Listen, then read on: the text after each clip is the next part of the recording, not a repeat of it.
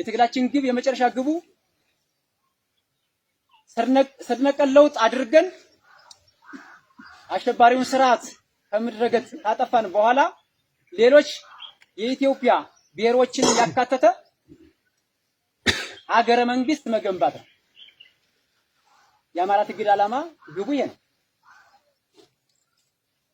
ስለዚህ እነዚህ ሆዳም የምንላቸው አካላት ደግሞ የመንግስት ቅጥረኛ ሆነው ጥገናዊ ለውጥ ይፈልጋሉ። አንደኛ ትግሉ እንዳያልቅ ይፈልጋሉ። ምክንያቱም ከትግሉ የሚያተርፉት ስላለ ማለት ትግሉ እንዳያልቅ የሚፈልጉ ታጋይ መሳይ አስመሳይ ግለሰቦች አሉን በፋኖ ውስጥ ከትግሉ እያተረፉ ስለሆነ ከትግሉ ቤት እየሰሩ ስለሆነ ከትግሉ ቤተሰቦቻቸውን እያስተዳደሩ ስለሆነ ለትግሉ ሁሉ ነገራችን የሰጠን ታጋዮች ደግሞ ልንኖር እንችላለን። በዛ ልክ ነው ይሄ መዋቅርም እንዲሆን የምንፈልገው። ስለዚህ እነኛ አካላት ግን ትግሉ እንዳያልቅ አንደኛ ትግሉ እንዲጎተት ያደርጋሉ። ሁለተኛው ደግሞ ትግሉ እንኳን ቢያልቅ በጠላት አሸናፊነት እንዲያልቅ ይፈልጋሉ። ለምን?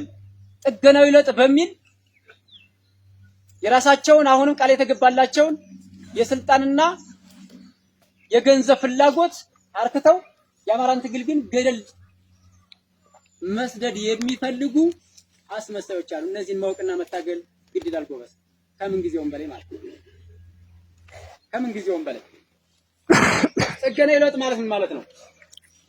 ጥገናዊ ለውጥ ማለት እንዳውን ቀደም የፓርቲ ተቃዋሚ ተፎካካሪ ፓርቲዎች የምንላቸው እንደ አብንና ሌሎችም እነ ኢዜማ ምናምን ስልጣን መጋራት ማለት ነው።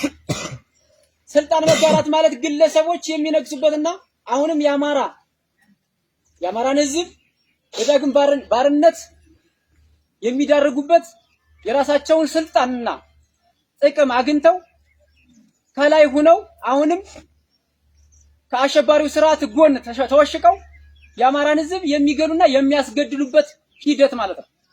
ጥገናዊ ለውጥ ማለት እሱ ነው። ሌላ ግብ የለውም። በጥገናዊ ለውጥ ወይም ደግሞ ስልጣን በመጋራት የመጣ የአማራ ድል የለም። እያያችሁ ነው። እነ ክርስቲያን ታደለ የተሻለ ስለተናገሩ ብቻ መቀመቅ ወርደው ማንንም የደረሰላቸው የለም አይደለም።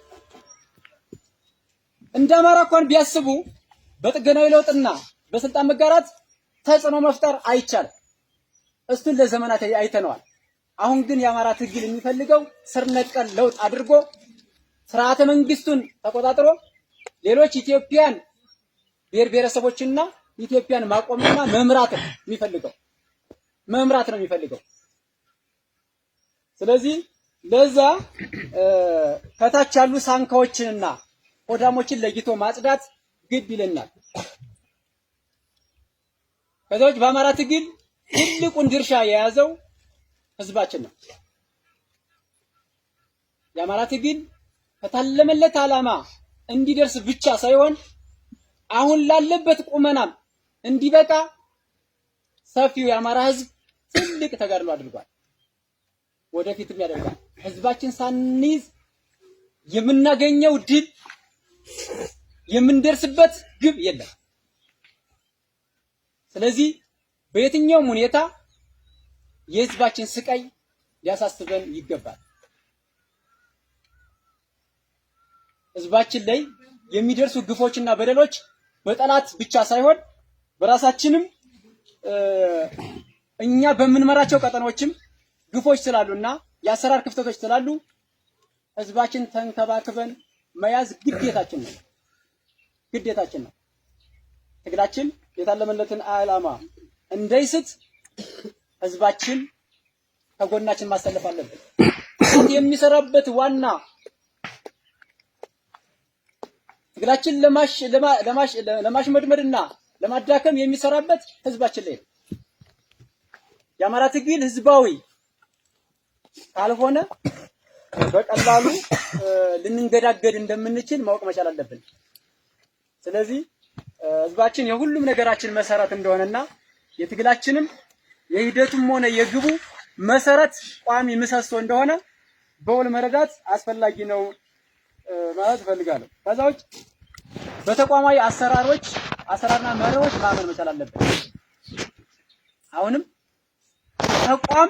ተቋማዊነትን መልመድ መቀበል ግዴታችን ነው። ለምን ሲባል ትግላችን ፍሬ እንዲያፈራ ተቋም መመስረት አለበት። ተቋም መከበር መቻል አለበት። መርሆችን ማክበርና መከባበር መቻል አለበት። እንዲያ ስንሆን ነው ተቋም መስርተን መንግስት መሆን የምንችለው እንጂ ተቋሞችንና መርሆችን የማናከብር ከሆነ የትም መድረስ አንችልም። መዋጋት፣ ጠላትን መግደል ብቻውን መሪ አያደርግም፣ ወይም ደግሞ የአማራን ትግል አያሻገርም። የአማራን ትግል የሚያሻግረው መርህና አሰራሮችን እየለመድን እያከበርን እየተቀበል ተቋም እየገነባን ተቋሞችን እያከበር ለተቋም ተገዥ እየሆን ስንሄድ ብቻ ነው። ተቋማችን ማክበር መቻል አለብን፣ ማወቅ መቻል አለበት። የታጋይ ተቋሙን ማወቅ መቻል አለበት። የተቋሙን ማኒፌስቶ ግብ ማወቅ መቻል አለበት። የሚሞትለትን ዓላማ ጥንቅቅ አድርጎ ማወቅ መቻል አለበት። አውቀን ወደነው አምነንበት ተቋሙ ወደፊት እንዲቀጥል ስራዎችን እንሰራለን ማለት ነው። ከዛ ውጭ በግምት የምንታገለው ትግል የለም። ሳናውቅ የምንሞተው ሞትም ሊኖር አይገባም።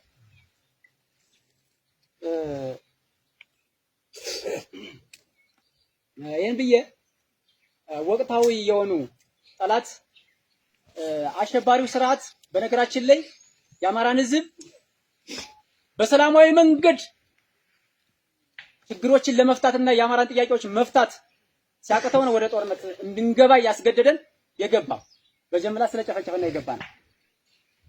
ስለዚህ ህጋዊ ያልሆነ አሸባሪ እንደሆነ ሌሎች ትክክለኛ የሆኑ ተቋማትና የዓለም አገራትም ጭምር ያውቃል። ይሄን ህጋዊ ያልሆነ አካሄድና አሸባሪነት ግን ህጋዊ ለማድረግ አሁን እየሰራ ነው ያለው። ህጋዊ ለመምሰል ህጋዊ መስሎ ለመቅረብ በምርጫ ሂደት እንቅስቃሴ እያደረገ ይገኛል። ከ97 ምርጫ ወዲህ ታስታውሳላችሁ የደረሳችሁ ሰዎች በኢትዮጵያ ውስጥ ምርጫ ይደረግም አይደረግም አሸባሪው ስርዓት ለፎርም እንጂ በምርጫ የሚወድቅም በምርጫ የሚቀየር መንግስትም ሐሳብም የለውም። ይታወቃል። ነገር ግን ለዓለምና ለአፍሪካ ህብረትና ለሌሎች ተቋማት ህጋዊ ለመምሰል ግን ፎርሙን ያሟላል። በዚህ ሰዓት በተለይ ብዙ ጫናዎች ውስጥ ገብቶ ባለበት ሰዓት ሌሎች የጎረቤት ሀገራትም ሆነ ብሔር ብሔረሰቦች እየዘመቱበት ባለበት ሰዓት ምርጫ ካካሄደ ጫናውን መቀነስ ይችላል። ስለዚህ የአማራ ትግል የአማራ ፋኖ ደግሞ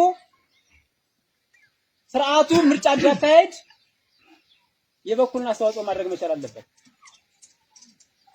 እንዴት አድርጎ በየትኛውም ሁኔታ ለዚህ ምርጫ ተሳታፊ የሆኑ አካላት ከድርጊታቸው እንዲቆጠቡ ማስጠንቀቅ ብቻ ሳይሆን እርምጃ መውሰድ ሁሉ አለበት። ለምሳሌ በወረዳ